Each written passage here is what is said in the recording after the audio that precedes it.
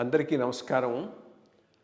IYR talks మొదలుపెట్టి ఎఫెక్టివ్గా postings మొదలుపెట్టి ఒక సంవత్సర కాలం అయింది. ఈ సంవత్సర కాలంలో సబ్స్క్రైబర్స్ బేసు 3,000 నుంచి 33,000 దాకా పెరిగింది. ఐవైఆర్ టాక్స్ను ఆదరిస్తున్న మీ అందరికీ నా ధన్యవాదాలు. భవిష్యత్తులో కూడా ఇదే రకంగా ఐవైఆర్ టాక్స్ని మీరు ఆదరిస్తారని ఆశిస్తూ ఉన్నాను. Thank you. నమస్తే కృష్ణారావు గారు, ఐవైఆర్ టాక్స్కి సుస్వాగతం. మనము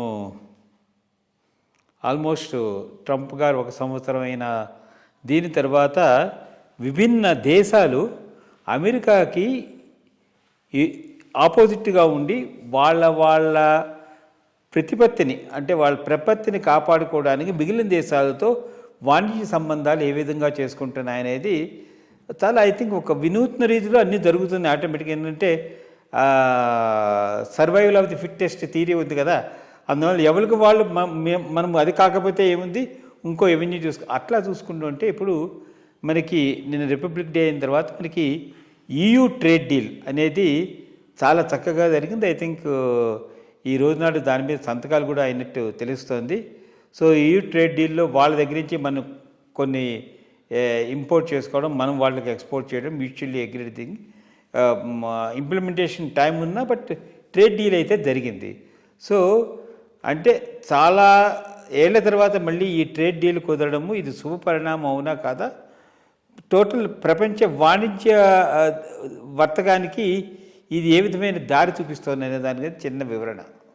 ఒకటి, ఎనీ ట్రేడ్ డీల్ వాణిజ్య ఒప్పందం 2 కాంప్లిమెంటరీ బ్లాక్స్, 2 కాంప్లిమెంటరీ కంట్రీస్ మధ్య జరిగితే అది 2 దేశాలకు 2 యూనియన్స్కు మంచిది. మనకు labour intensive, low tech, high production. Europe high tech, higher level, capital intensive, more sophisticated products. So complementarity ఉన్నది.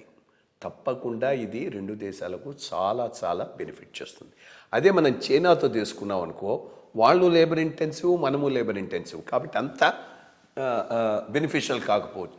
Same thing with south east Asia, Africa. But with Europe, with America ఇది మనకు పెద్ద అడ్వాంటేజ్. మనం ఏ లెవెల్ ఆఫ్ డెవలప్మెంట్లో ఉన్నాము అంటే యూరప్తో trade deal ఎప్పటికైనా కానీ ఒక అడ్వాంటేజ్. ఒకే ఒక ఇష్యూలో మనకు ప్రాబ్లం వచ్చింది ఏంటంటే అగ్రికల్చర్. అక్కడ వాళ్ళది పెద్ద పెద్ద ఫార్మ్స్, రెండోది హైలీ సబ్సిడైజ్డ్ ఫార్మ్స్. ఆ సబ్సిడైజ్డ్ ఫార్మ్స్ నుంచి కనుక ఫార్మ్ ప్రోడక్ట్స్ కనుక ఇండియాకు రావటం మొదలు పెడితే దెన్ మన అగ్రికల్చర్ దెబ్బతింటుంది. ఆ విషయంలో చాలా గట్టిగా భారత ప్రభుత్వం ఉండింది.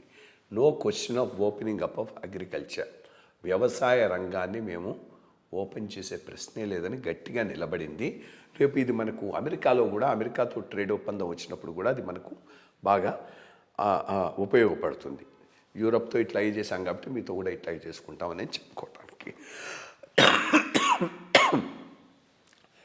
ఎన్నో రోజుల నుంచి ఇది డీలింగ్ జరుగుతూ ఉంది. బట్ ఒక ఫైనలైజేషన్కు రాలేదు. ఫైనలైజేషన్కి ఎందుకు రాలేదంటే వాళ్ళు ఇంట్రెస్ట్ చూపెట్టలేదు. ఎప్పుడైతే అమెరికా యూరప్ను కూడా ట్రంప్ టైంలో టార్గెట్ చేయటం మొదలెట్టిందో, యూరప్ ప్రపంచంలో కొత్త కొత్త దేశాలతో సంబంధ బాంధవ్యాలు పెంచుకోవటానికి చూస్తున్నది. ఆ ప్రాసెస్లో భాగంగానే ఇది చాలా ముందుకెళ్ళిపోయింది. అట్లాగే మనం ఇంగ్లాండ్తో కూడా చేసుకున్నాం, కెనడాతో కూడా చేసుకోబోతున్నాం, అమెరికాతో కూడా ఇవాళ కాకపోయినా రేపైనా అవుతుంది. తప్పకుండా ఇది చాలా దీనివల్ల కొన్ని మనం కూడా కోల్పోతాం. లైక్ వాళ్ళ కార్లు అవి ఈజీగా దిగుమతి అవుతాయి, వైన్స్ వస్తాయి, బెవరేజెస్ ఇవి. బట్ ఓకే, ఐ మీన్ ఆ ఇండస్ట్రీస్ దెబ్బతింటాయి. బట్ టెక్స్టైల్స్, జెమ్స్, జ్యువెలరీసు ఏవైతే హైలీ లేబర్ ఇంటెన్సివ్లో వాటికి మంచిగా మనకు మార్కెట్లో యాక్సెస్ దొరికేటటువంటి అవకాశం ఉంది. తప్పకుండా మన దేశ ఆర్థిక వ్యవస్థ గట్టిగా ముందుకు పోవడానికి చాలా చాలా ఉపయోగపడుతుంది. నా దృష్టి. మంచి విషయాలు చెప్పారండి. Thank you.